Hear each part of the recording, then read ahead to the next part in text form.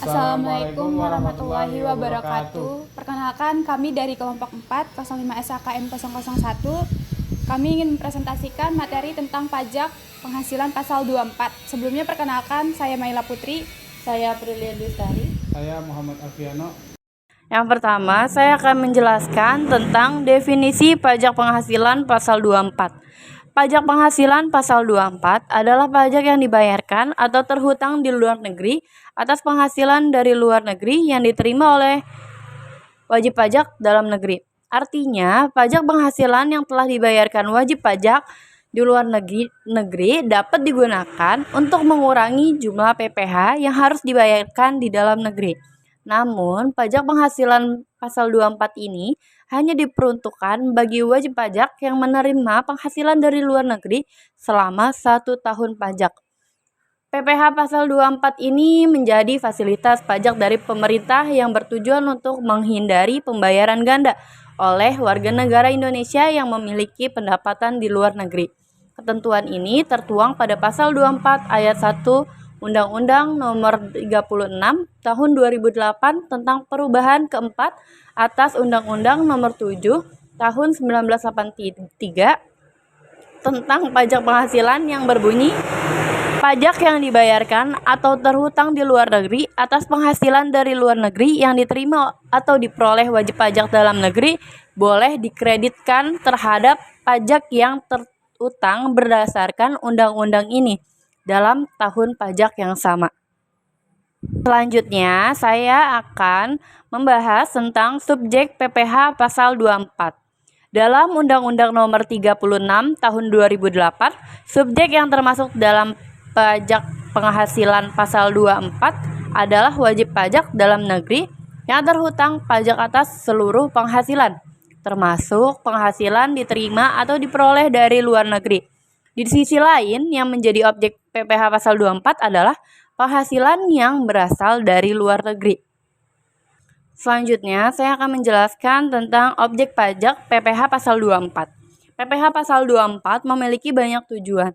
Di antaranya, pendapatan dari luar negeri adalah sebagai berikut. Yang pertama, pendapatan dari saham dan surat berharga lainnya, serta keuntungan dari pengalihannya akan ditentukan oleh negara di mana entitas yang memproduksi surat berharga tersebut berdomisili atau berkantor pusat. Yang kedua, jika penghasilan pihak bunga yang berkaitan Yang kedua, jika pengalihan pihak bunga yang berkaitan dengan penggunaan barang, royalti, dan sewa dibayarkan atau ditagih dari negara tempat tinggal pembayaran atau penerima. Yang ketiga, pendapatan dari layanan, pekerjaan, dan insentif terkait bisnis. Yang keempat, pendapatan dividen atau sebagaimana ditentukan dalam pasal 18 ayat 18. Ketika dividen diterima sepanjang tahun pajak, maka Undang-Undang Pajak Penghasilan selesai, diputuskan berdasarkan keputusan Menteri Keuangan. Yang kelima, penerimaan luar negeri dari badan usaha tetap. Yang keenam, keuntungan dari penghasilan aset tetap. Yang ketujuh, hasil dari yang diterima bentuk usaha tetap dari penjualan harta kekayaan. Yang kedelapan, keuntungan dari pengalihan aset tetap diwakili oleh negara di mana aset tersebut berada. Selanjutnya, ada beberapa ketentuan khusus yang perlu diperhatikan dalam PPh pasal 24.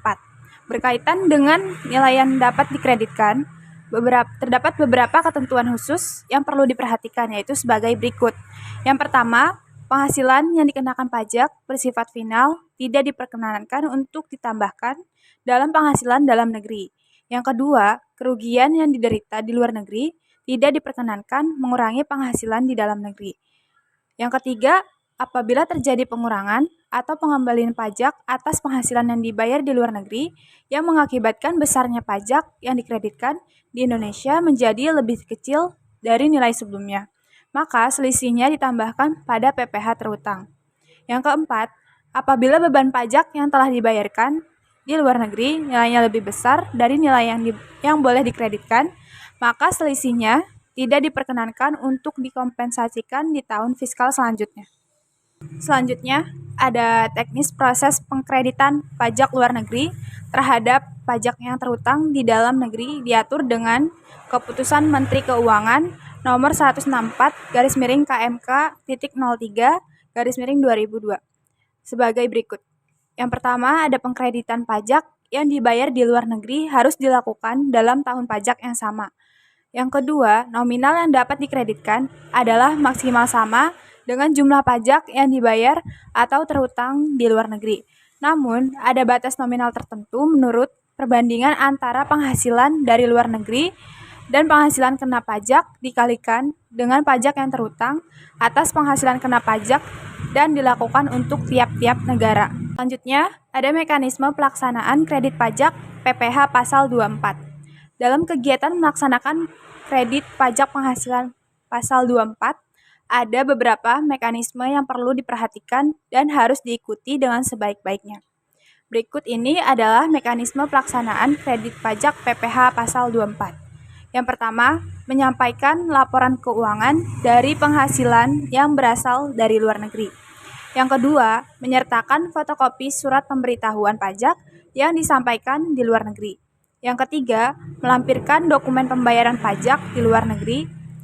Yang keempat, menyampaikan permohonan kredit pajak yang terhutang atau dibayar di luar negeri tersebut dilakukan bersamaan dengan penyampaian SPT tahunan PPh.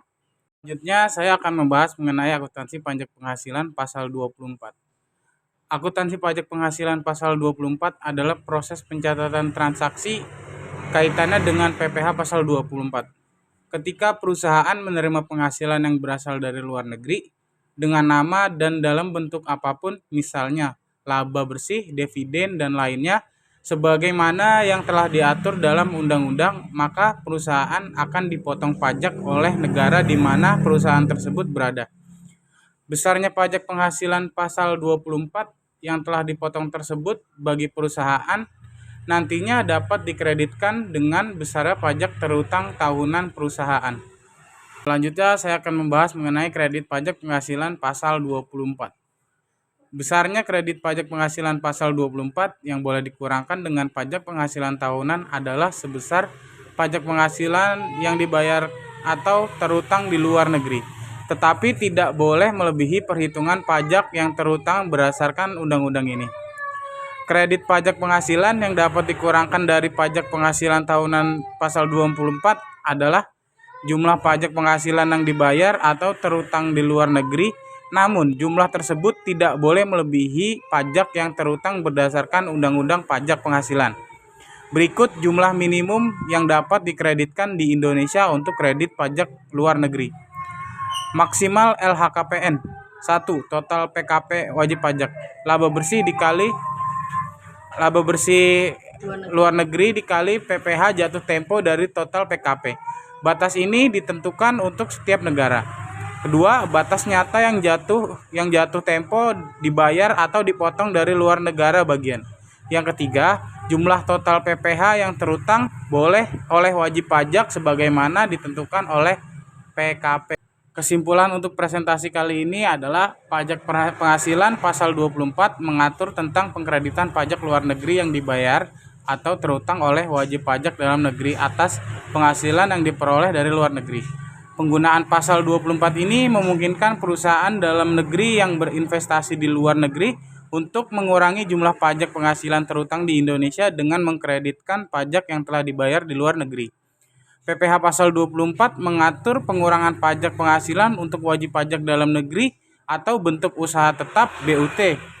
Pajak ini mencakup pendapatan dari jasa yang diberikan serta sumber lain seperti royalti, hadiah, dan penghargaan. Jika seseorang memperoleh pendapatan dari jasa, hadiah, atau perencanaan acara, mereka wajib memotong dan menyetorkan pajak tersebut. Tarif pajak penghasilan berdasarkan Pasal 24 adalah 15% dari penghasilan bruto wajib pajak atau BUT. Sekian presentasi dari kelompok kami, kurang lebihnya kami mohon maaf. Wassalamualaikum warahmatullahi wabarakatuh.